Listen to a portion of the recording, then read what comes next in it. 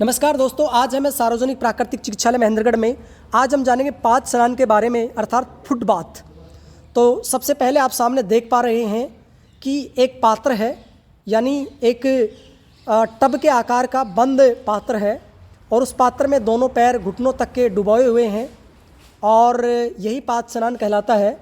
और ये मुख्य रूप से 2 प्रकार का होता है, एक ठंडा पाद स्नान, एक गर्म पाद स्नान, यानी कोल्ड फुटबाथ और हॉट फुटबाथ।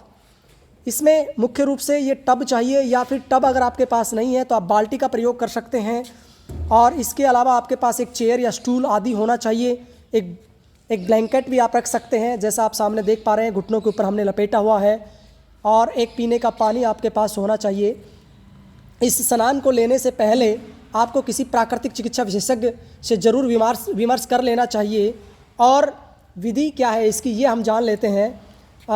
बाल्टी, टब या किसी दूसरे प्राकृतिक उपकरण में रोगी की अवस्था, मौसम, रोग आदि के अनुसार ठंडा या गर्म पानी डाला जाता है।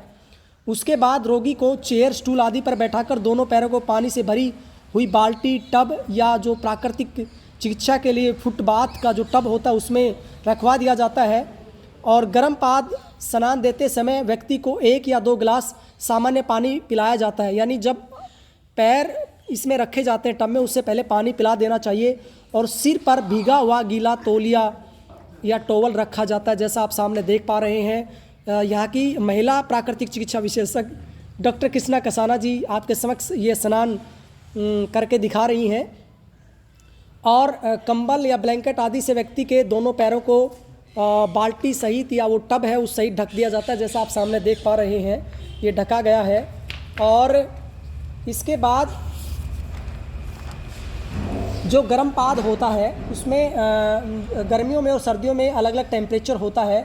सामान्यतः 39 डिग्री सेल्सियस से 43 डिग्री सेल्सियस तक का टेम्परेचर होना चाहिए। और गर्मियों में 10 से 15 मिनट तक आपको इसमें बैठना है। सर्दियों में यानी विंटर में आपको अधिकतम 20 मिनट तक बैठना है। ठंडा पाद स्नान में तापमान 60 डिग्री से 18 डिग्री सेल्सियस तक रहता है। रोग की अवस्था में रोगी की आयु, मौसम के अनुसार ठंडा पाद स्नान 2 मिनट से लेकर 5 मिनट तक लिया जा सकता है।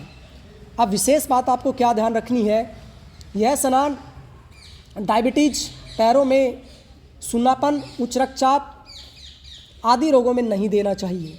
किसी प्राकृतिक चिकित्सक की देखरेख में ही यह स्नान लेना चाहिए। यह मैं पहले भी आपको बता चुका हूँ। देखा देखी न करें, इस वीडियो को देखकर भी ये स्नान ना लें, बल्कि प्राकृतिक चिकित्सा विशेषज्ञ से पहले सलाह अवश्य ले लें। किसी रोग में, यानी किस रोग में कौन सा स्नान देना है, यानी ठंडा पाद स्नान देना है या गर्म पाद स्नान देना है, इसका निर्धारण स्वयं प्राकृतिक चिकित्सक करते हैं। गर्म या ठंडे पाद स्नान के बाद पैर तौलिए से पोंछकर पूर्ण विश्राम करना चाहिए। इस स्नान के दौरान श्वासों की गति आपको सामान्य रखनी है, जैसा आप सामने देख पा रहे हैं। लाभ क्या है, इसके बेनिफिट्स क्या है? रक्त संचालन की प्रक्रिया में सुधार होता है।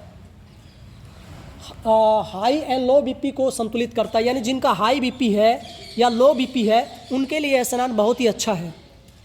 और अनिद्रा, सरदर्द, तनाव और जो नर्वस सिस्टम के जो रोग हैं उनमें यह बहुत ही उपयोगी स्नान माना गया है, जैसा आप देख पा रहे हैं।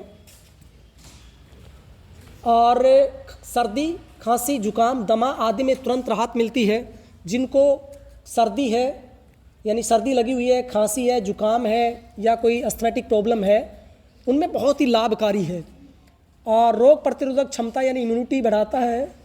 नक्सीर यानी नोज़ ब्लीडिंग में बहुत ही उपयोगी है। आँख, नाक, कान के रोगों में यह स्नान बहुत ही उपयोगी है। इसी के साथ साथ अगर गंभीर समस्या है तो आप लोग इसी स्नान के साथ आप